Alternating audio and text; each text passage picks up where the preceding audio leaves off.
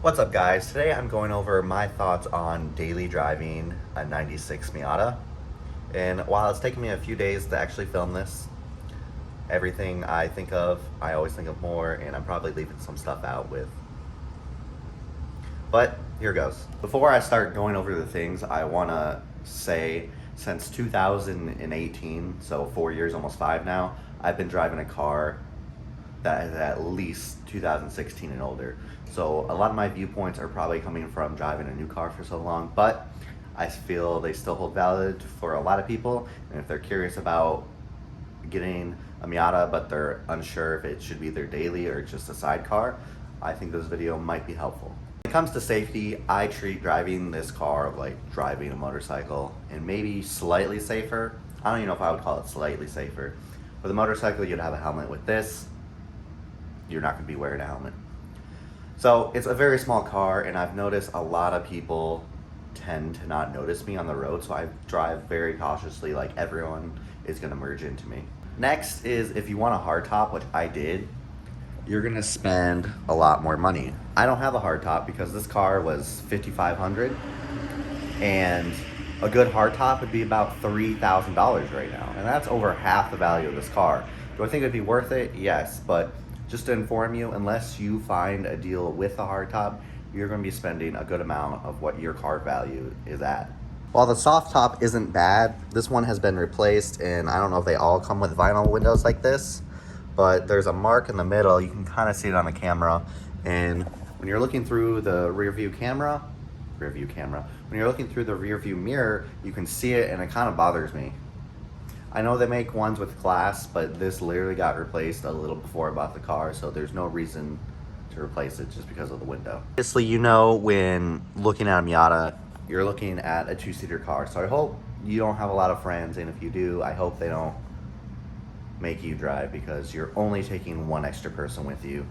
Yes, you could squeeze a third person in an emergency, but 9 out of 10 times, you're not going to have more than one person in this car. Storage, I would say, honestly, is pretty decent for a car this size. I'm going to roll a clip of me putting an air compressor in I tried to buy, if I still have that. But I do have a clip of me putting in my golf club, so if you're someone that likes to golf, you can squeeze them in somehow without damaging the clubs. Another important thing in this car is storage. I just went to the store and came back.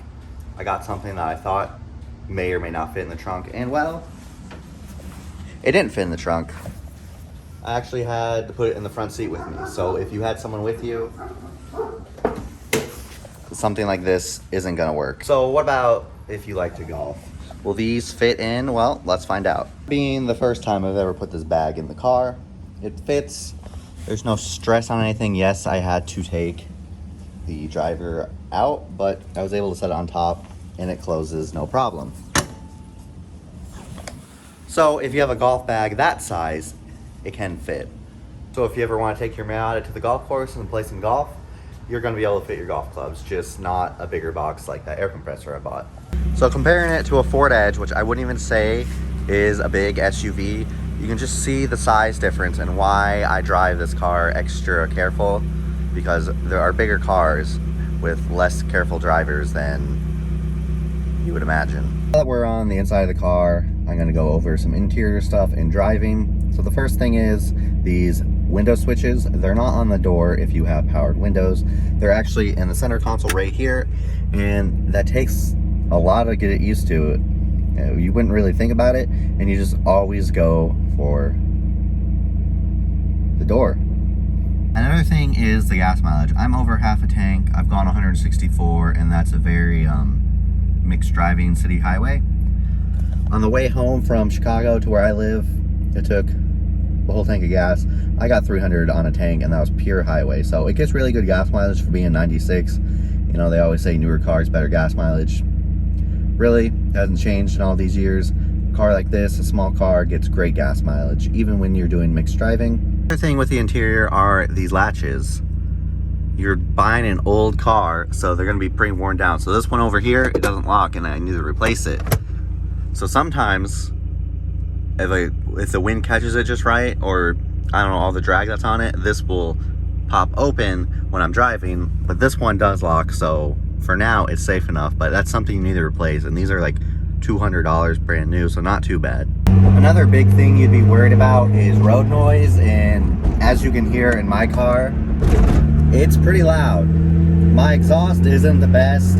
It's catless with some crappy muffler, which I plan on replacing, but as you can hear, this is 2,500 RPMs.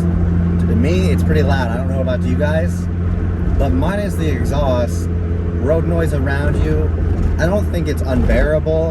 It is louder than, you know, a normal hardtop car would be, but if you're driving, you know, 30 minutes, I don't think that'll bother you. But if your exhaust drones like mine does at highway speeds, it's awful. Like, the car is quieter with the top down in that instance. But that's just because I have a crappy setup. Absolute favorite thing about daily driving an NA Miata is when you see a fellow NA Miata, you pop your headlights for him. I do it to other cars that also have pop-up headlights, but they don't always pay the favor. Night driving, not the best if you still have stock headlights.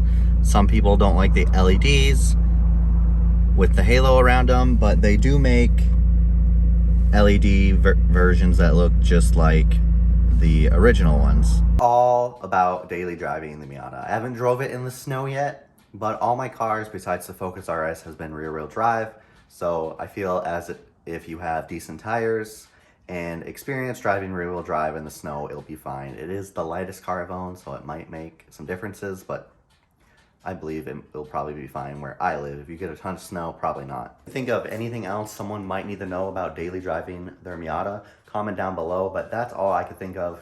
If while I'm editing this, I think of something short, I might make a short clip and throw it in, but that's all for this week. If you didn't catch last week's video about changing my height of the coilovers, check it out because I think the coilovers were bad, but I know absolutely nothing about coilovers, so if anyone could comment and tell me about them, that'd be grateful. So see you guys next video.